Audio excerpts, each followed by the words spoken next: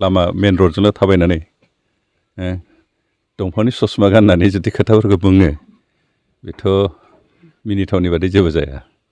बेनिखाय हाग्रामाखौ खावलायदों प्राय मास मोनथामसो बिथाङा बर'लेण्ड एरिया गारना खारहाबनानै थाखोमानानै दा अकस्मात इलेक्सन खाथिखाय सिरि मोनखांनानै रायजोफोरनि गेजेराव फैदों बे 3-4 मासफ्राव जोंनि रायजो राजाफ्रा मा जादों मा लोंदों मा दुखु होदों मा खस्थ' जादों बेफोरखौ खुनु दिन खबर लायाखैमोन दा इलेक्सन जानायखाय इलेक्सन खाथि मोनफैनायखाय दासो सिरि मोनखांदों बेनिखायनो बे सिरि मोनखांनाय मुब्रु मुसि जिनिसफोरखौ मोजां नुवाखै बेनिखायनो बे खोथाफोरखौ बुंदों गोजोन्थों दा रायजोनि चिफमोन नंगौना नङा जेरावखि थाङा रायजोफ्रा जे ज' बिनि उन होसोयो बेखौ नायनानै बिथाङा एसे आन्दाज खालामबानो जाबाय साफा सानै EMनिल' चिफआथ' बिथाङा जेराव थाङो रायजो राजा सासेबो थांनो नाङामोन लोगो हमनो नाङामोन रायज्लायनोबो नाङामोन EMफोरल' थानांगौमोन खिन्थु जेरावहाय प्रमद बर' बिथाङा जेरावनो थाङो हाजार हाजार रायजोफ्रा बिथांखौ लोगो हमफैयो सावरायो आंखालनि बाथ्राखौ जेंनानि बाथ्राफोरखौ बुङो हेफाजाब लाना थाङो बिनिखाय बिथांनि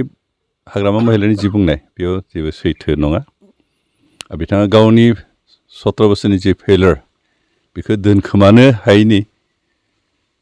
गावनि जि गोरोन्थिखौ मावनो हायो बेखौ मालायनो जाबसिन होनायनि मोनसे नाजाथाबनायल' आरो बे नाजानायाव बिथाङा साक्सेस जाया फेलार जादों बेजों लोगोसे बिथाङा बुंबावदों जे प्रमद बर' माने जितु सोलायनाय बुंदोंमोन बिथाङा प्रमद बर'नि सरकारा सोलायनाय खोथा बुंदोंमोन खिन्थु प्रमद बर'नि पकेटआसो सोलायदों होननानै बुंदों बिथाङा गावनि बे रेकर्डखौ नागिरथों थांनाय बोसोराव जों 29,000 crore दाहार गालांदोंमोन सरकारखौ देवालिया खालामनानै गाव हारसिंसो सरकारनि आसनिफोरनि फैसाखौसो गाव हारसिंसो बुथुमना दोन्दोंमोन बिनि बाथ्राफोरखौ बे बाथ्राखौ गासै रायजोफ्रा नुगासिनो दं दिनै बे गावनि दायफोरखौ मालायनो जाबसिन होनायनि नाजानानैसो बेखिनिखौ बुंदों दा पकेट गरमाथ' गावहासो जादोंमोन बेलेगहा जायाखैमोन आरो गावनि पकेटखौ गरम खालामनो थाखायनो BTC सरकारखौ मा बुंगोन बेखौ दुबायना गालांदों खारन 29,000 crore थाखा बिथाङा दाहाराव फबना गालांदों खिन्थु आथिखालनि सरकारा दासिमहालागै 1 थाखाबो दाहार फोनांनो दोनाखै मोनसे खोथा मावखुलिनिफ्रायसो सलायो होननानै बुंबाय आबसुआ फरायसा आफाद आबसुनि खोथा मथे BTC सरकारा सोलिया मोनसे समाव आबसुनि जिहेतु आन्दलन खालामनाय समाव आबसु आन्दलननि साक्सेस जानाय समाव आबसुनि आखाइ दं बे थिगानो खिन्थु हेबोलि आथिखालनि जि सरकार बेखौ आबसुनि खोथा मथे जों सोलिया सरकारा सरकार आबसु